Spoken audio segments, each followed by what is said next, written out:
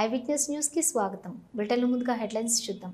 దుర్గమ్మ అమ్మవారిని దర్శించుకున్న AP governor, ఆలయ మర్యాదలతో స్వాగతం పలికిన అధికారులు, వేద పండితులు.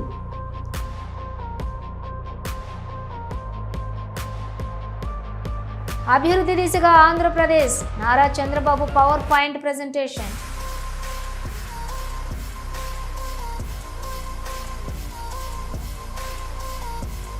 విజయవాడ ఇంద్రకీలాద్రి దుర్గా గుడిని దర్శించుకున్నారు ఆంధ్రప్రదేశ్ రాష్ట్ర governor Abdul Nazir.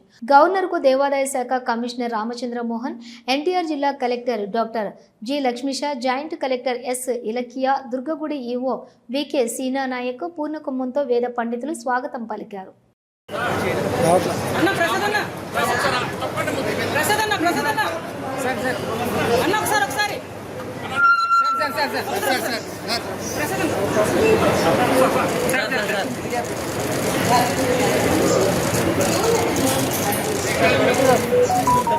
Okay, sir. Thank you, sir.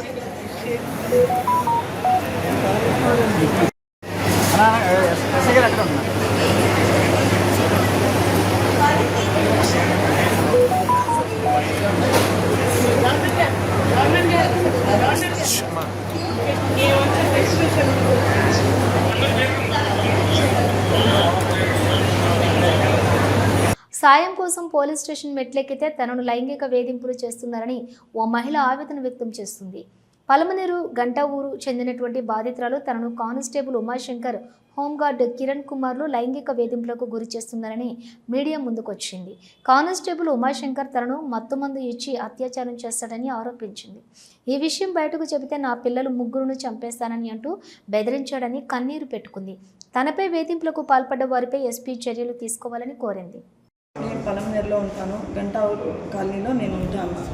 నేను 5 ఏళ్ల ముందు నేను నా భర్త గురించి కంప్లైంట్ ఇచ్చేదానికి పోలీస్ స్టేషన్కి వెళ్ళాను.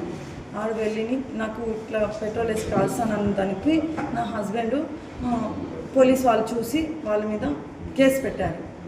అప్పుడు ఆ కంప్లైంట్లో నేను మొబైల్ నెంబర్ రాసి ఇచ్చిన దానికి ఆ మొబైల్ నెంబర్లో తీసుకొని కిరణ్ అనే అతను 5 ఏళ్ళ నుంచి నాకు చాలా హరాస్ చేస్తున్నాడు. దానివల్ల ఈయన ఇట్లా సతాయిస్తూ ఉన్నాడు అనేసి నేను దేవేంద్ర అతను నాకు ఫ్రెండ్, ఆయనకి నేను చెప్పాను.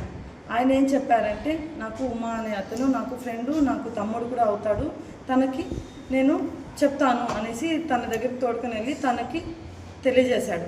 తను తెలియజేసిన తర్వాత ఆయన నేను మాట్లాడతాను అనేసి తను భయపెట్టాడు. కిరణ్ అనే అతనికి భయపెట్టి మాట్లాడాడు. అందుకు తను ఉమాశంకరు తనకి భయపెట్టి ఈయన దగ్గర నేను సహాయం పొందాలా అనేసి నేను అనుకుంటే ఈయన మరో ఉద్దేశం పెట్టుకొని నన్ను నేను ఒకరోజు నాకు చాలా బాధేసింది కాబట్టి నేను కొండపైకి వెళ్ళాను. దేవరకొండపైకి వెళ్ళాను, సూసైడ్ చేసుకుందాము అనేసి. వెళ్ళిన తర్వాత నా భర్త గురించి వీళ్ళు ఇట్లా హరాస్మెంట్ చేస్తున్న వాళ్ళు దాని గురించి నేను దేవరకొండపైకి వెళ్ళాను. అక్కడికి వెళ్ళిన తర్వాత ఉమాశంకర్కి మిస్కాల్ ఇచ్చాను. ఇట్లా నేను చాలా కష్టంలో ఉన్నాను అన్నయ్య, నేను చాలా బాధలో ఉన్నాను, ఇట్లా నేను చావేదానికి వచ్చాను, ఇప్పుడు నేను ఏం చేయాలో నాకు దిక్కు తోచట్లేదు అన్నయ్య అంటే, సరే నువ్వు ఏం భయపడద్దు వద్దినా నేను వస్తా అన్నాను అనేసి నాకు చెప్పాడు. నేను ఎక్కడున్నాము అంటే నేను ఇప్పుడుదా పోలీస్ స్టేషన్లో వెళ్ళాను, నేను జాయిన్ అయ్యేసి 1 గంట లోపల నేను వచ్చేసాను, నువ్వు ఆడే వెయిట్ చేయి, నేను మీ ఫ్రెండ్ని కూడా తోడుకొని వస్తాను దేవేంద్ర అని, నువ్వు ఏం చేసుకోవద్దు బిడ్డలు ఉన్నారు కదా అనేసి నాకు నచ్చ చెప్పి ఆడే ఉండమని చెప్పినందుకు నేను ఆడ వెయిట్ చేసి ఉండగా తను వచ్చాడు, ఒంటరిగా వచ్చాడు. వచ్చిన తర్వాత నేను ఆయన ఎక్కడ నీ ఫ్రెండ్ అని చెప్తే వస్తాడు అనేసి నాకు చెప్పి నాకు నా బిడ్డలకి ఒక కూల్ డ్రింక్ ఇచ్చాడు. బిడ్డలకు ఒకటి ఇచ్చాడు, తను ఒకటి తాగాడు, నేను తాగాను. తాగిన మరుక్షణం మా మీద మరో ఆలోచనతో పెట్టుకొని నన్ను బలవంతం చేశాడు ఆడ కొండపైకి. అలా చెయ్యొద్దు అనేసి నేను కాళ్ళు పట్టుకున్నా, నేను నీ దగ్గర సహాయం కోసం వచ్చాను, నువ్వు అలా చేయకూడదు, నన్ను ఎంతగా నేను అడుగుతున్నా కూడా ఏదో నా పెద్ద బిడ్డ అడ్డొస్తే కూడా తనకి ఒక చెంప దెబ్బ కొట్టి తనకి నన్ను అలా బలవంతం చేశాడు. నేను సైలెంట్గా ఉండిపోయాను, భయపడి నేను ఇదిగా పోలీస్ కదా నువ్వు ఏం చెప్పినా మూడో మనిషికి చెప్తే నేను చంపేశాను అని నాకు బెదిరించినందుకు, నన్ను బ్లాక్మెయిల్ చేసినందుకు నేను సైలెంట్గా ఉండిపోయాను. మళ్ళీ దాని తర్వాత నేను సైలెంట్గా ఉన్నా కూడా మరో విధంగా ఇప్పుడు నేను చేసింది తప్పు కాబట్టి ఇంకా మేము ఇద్దరు ఇష్టంగా చేసుకుంటే అది తప్పు కాదు అనేసి నన్ను రోజు వచ్చి వేధిస్తున్నాడు సార్. అందుకని నేను అది భయపడి నేను ఎస్పీ దగ్గరికి వెళ్ళాను, చిత్తూరు ఎస్పీ దగ్గరికి వెళ్ళి కంప్లైంట్ ఇచ్చేదామనేసి వెళ్ళాను. ఆడికి వెళ్తే పలంనేర్ ఎస్ఐ దగ్గర వెళ్ళమన్నారు. ఆడికి వెళ్తే వాళ్ళు బంగారుపాలెం పోలీస్ స్టేషన్కి వెళ్ళమన్నారు. సరే ఆడ వెళ్తే కూడా మళ్ళీ మేము డిఎస్పీ దగ్గర వెళ్ళమని చెప్పారు. నిన్న డిఎస్పీ దగ్గర వెళ్ళినా కూడా నాకు ఏ న్యాయం అయితే చేయలేదు. నేను ఎక్కడ వెళ్ళినా ఆ కంప్లైంట్ నాకు ఇప్పుడు కావాలి ఇవ్వండి అంటే కూడా కంప్లైంట్ కూడా లేదు.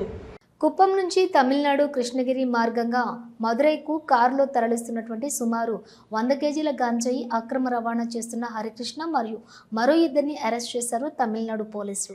ఏపీ రిజిస్ట్రేషన్ టాటా సుమో కారును తనిఖీ చేస్తూ ఉండగా పట్టుబడింది. 100 కిలోల గాంజాయి మదురై జిల్లా అయ్యంపట్టు గ్రామానికి చెందిన వెల్లపాండి, ఏపీ చిత్తూరు ప్రాంతానికి చెందిన వేణుగోపాల్, కుప్పం నియోజకవర్గంకు చెందినటువంటి హరికృష్ణ ముగ్గురిని అరెస్ట్ చేశారు పోలీసులు.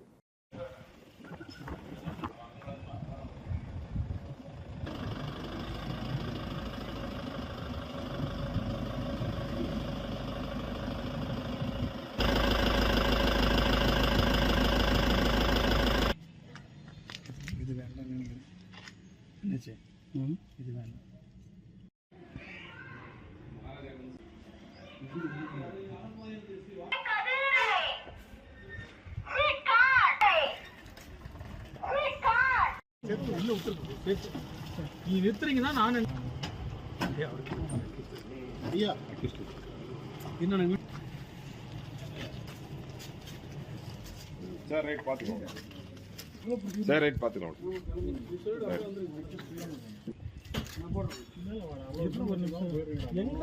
பார்த்துக்கலாம் பார்த்துக்கலாம்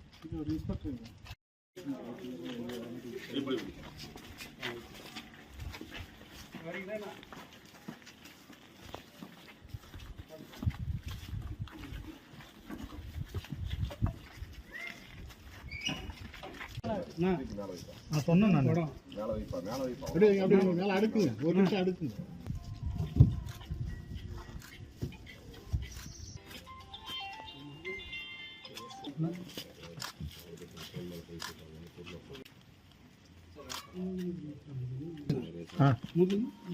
அவங்கள இல்லை அவங்கள அப்படியே கூப்பிட்டு வர மாதிரி ஒன்று இருக்குது.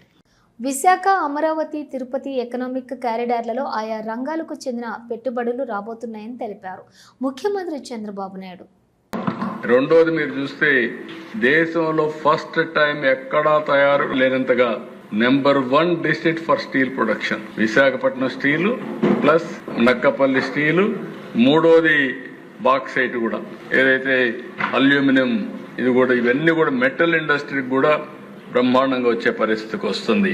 అదే మరిగా దిశ ఇక్కడ pouring growth by leveraging economic corridors and clusters మీద చూసినప్పుడు ఒక పక్కన కొత్తవి వస్తున్నాయి, కొప్పర్తి, కృష్ణపట్నం, ఓరవకల్, ఇంకో పక్కన నక్కపల్లి, ఇవన్నీ కూడా ఇది చేస్తున్నాం.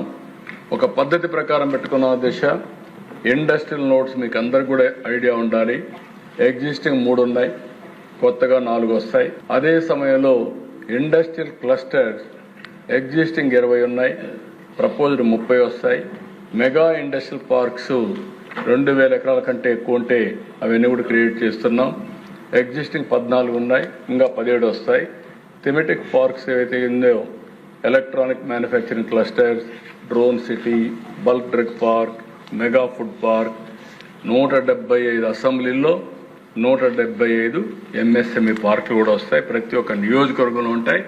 దాన్ని ఫిలప్ చేసే బాధ్యత 1 ఫ్యామిలీ 1 ఆంటర్ప్రెన్యూర్ ప్రమోట్ చేసే బాధ్యత మీదని చెప్పి కూడా మీకు తెలియజేస్తున్నా.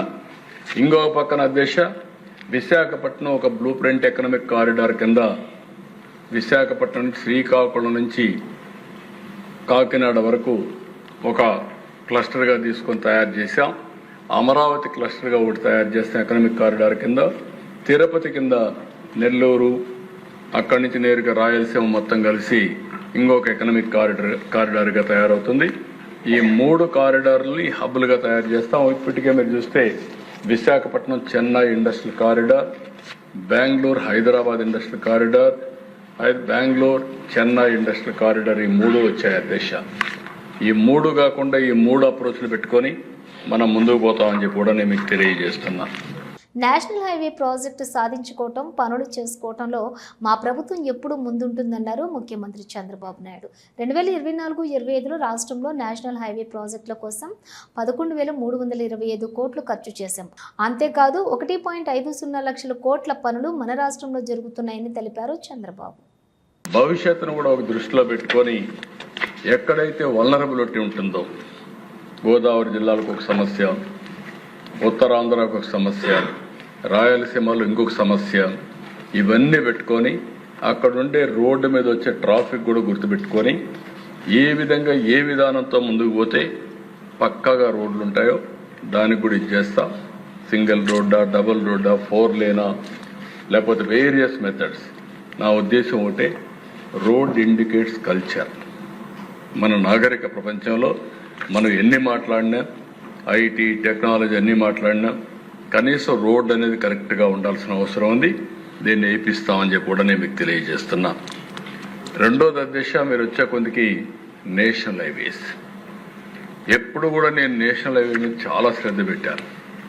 అందుకే ఈరోజు మన రాష్ట్రంలో మీరు ఒకసారి చూస్తే 4,739 కిలోమీటర్ల నేషనల్ హైవేస్. ఇవన్నిటికీ 1,50,000 కోట్ల రూపాయలు ఇన్వెస్ట్మెంట్ పెట్టి రాబోయే రోజుల్లో చేయాలనేది ఒక కార్యక్రమం. ఈ రోజుటికే మీరు ఒకసారి చూసినప్పుడు దేశంలో 2వ స్థానంలో ఉన్నాం. 1000 స్క్వేర్ కిలోమీటర్లకి 53.65 కిలోమీటర్లు నేషనల్ హైవేస్ ఉన్నాయి. అదే సమయంలో 1 లక్ష పాపులేషన్కి 17.64 కిలోమీటర్లు నేషనల్ హైవేస్ ఉన్నాయి. అంటే పాపులేషన్లో చూస్తే మనం నెంబర్ 1 ప్లేస్లో ఉన్నాం, ఏరియాలో చూస్తే మనం నెంబర్ 2లో ఉన్నాం. అంటే ఇది గర్వకారణం. ఇవన్నీ కరెక్ట్గా జరిగి ముందుకు పోతున్నాం. ఇంకొక పక్కన 4వ ప్లేస్ అండర్ కన్స్ట్రక్షన్ ప్రాజెక్ట్స్ మనం ఉన్నాం. 49,662 కోట్ల రూపాయలతో పనులు అవుతున్నాయి. 3వ ప్లేస్లో లాస్ట్ ఇయర్ అయితే ఎక్స్పెండిచర్ పెట్టాం 11,325 కోట్లు. ఈ సంవత్సరం నెంబర్ 1 ప్లేస్లో ఉండాలని నేను ఆదేశించా. తప్పకుండా సాధిస్తామని చెప్పి కూడా నేను మీకు తెలియజేస్తున్నా. ఇందులో ఒకసారి చూస్తే అధ్యక్ష, on going, awarded and bidding stage ఇవే 64,073 కోట్లు ఉన్నాయి. ఇంకొక పక్క ప్రియారిటైజేషన్ of works 2 lane plus PS to 4 lane, 2 lane to 2 LPS, other works, tunnel works, bypass bridges, ROBs, RUBs ఇవన్నీ కూడా 86,000 కోట్ల రూపాయలకి ఇచ్చేశారు. డిపిఆర్స్ తయారు చేస్తున్నారు. ఇవన్నీ కానీ పూర్తయితే 1,50,000 కోట్ల రూపాయలు విలువ చేసే పనులు ఒక్క నేషనల్ హైవేలో అవుతాయని చెప్పి కూడా నేను మీకు తెలియజేస్తున్నా. దానికోసం అన్ని విధాల వర్కౌట్ చేస్తున్నాం. రాష్ట్రంలో ప్రైవేటు భవనాల్లో నిర్వహిస్తున్న పాలిటెక్నిక్ కళాశాలలకు సొంత భవనాలు నిర్మించే ప్రతిపాదనలపై అసెంబ్లీ సమావేశాలు 7వ రోజు ప్రశ్నోత్తరాల సమయంలో ఎమ్మెల్యేలు పుట్టా సుధాకర్ యాదవ్, ఐతాబత్తుల ఆనందరావు, మద్దిపాటి వెంకటరాజు అడిగిన ప్రశ్నలకు సమాధానం ఇచ్చారు మంత్రి నారా లోకేష్.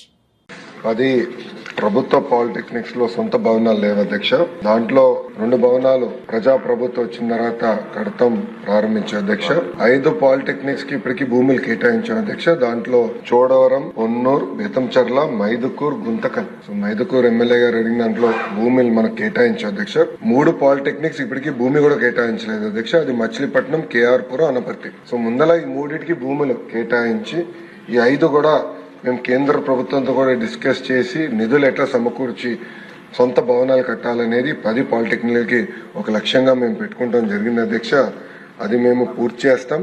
రాష్ట్ర బడ్జెట్, ఎంపీ ల్యాడ్, సిఎస్ఆర్ ద్వారా ఈ 3 అనుసంధానం చేసి తప్పనిసరిగా మేము ఈ యాక్టివిటీ అంటే ఈ భవనాలు కట్టేది మేము త్వరలోనే పూర్తి చేస్తామని గౌరవ సభ్యులందరికీ నేను తెలియజేస్తున్నా అధ్యక్ష. ఇవి బులెటిన్ విశేషాలు. మరో బులెటిన్తో మళ్ళీ కలుద్దాం. అంతవరకు చూస్తూనే ఉండండి న్యూస్.